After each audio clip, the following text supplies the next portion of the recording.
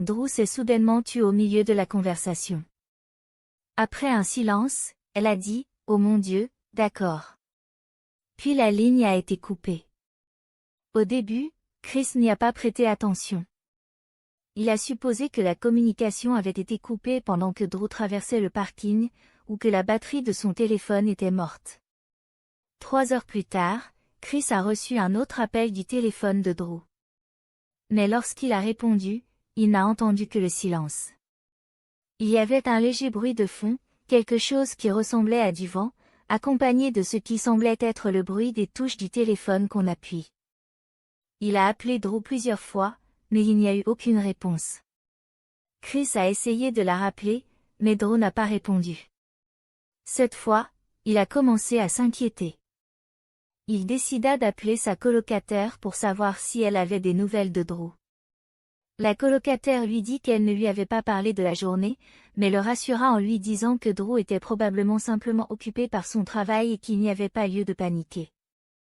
Peu après la conversation, cependant, la colocataire de Drew reçut un appel du gérant de la boîte de nuit où Drew était censé travailler ce soir-là.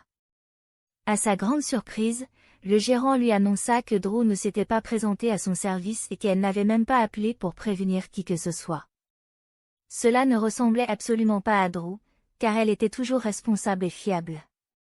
Sa colocataire, se souvenant de l'appel étrange dont Chris avait parlé, commença à craindre qu'il ne se soit passé quelque chose de grave.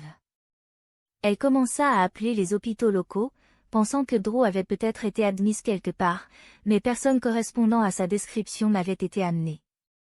Il était tard dans la soirée et la colocataire décida qu'il était temps de contacter la police. Elle expliqua que Drew avait manqué son service, n'était pas rentré et avait eu des appels téléphoniques inquiétants avec son petit ami. Mais la police ne voyait pas de raison immédiate de s'alarmer. Pour eux, il n'y avait pas suffisamment de preuves pour suggérer qu'il s'était passé quelque chose de grave. Après tout, Drew avait 22 ans, ils recommandèrent donc simplement d'attendre un peu avant d'agir. Néanmoins, la colocataire de Drew décida de prendre les choses en main et contacta la police du campus de l'Université du Dakota du Nord.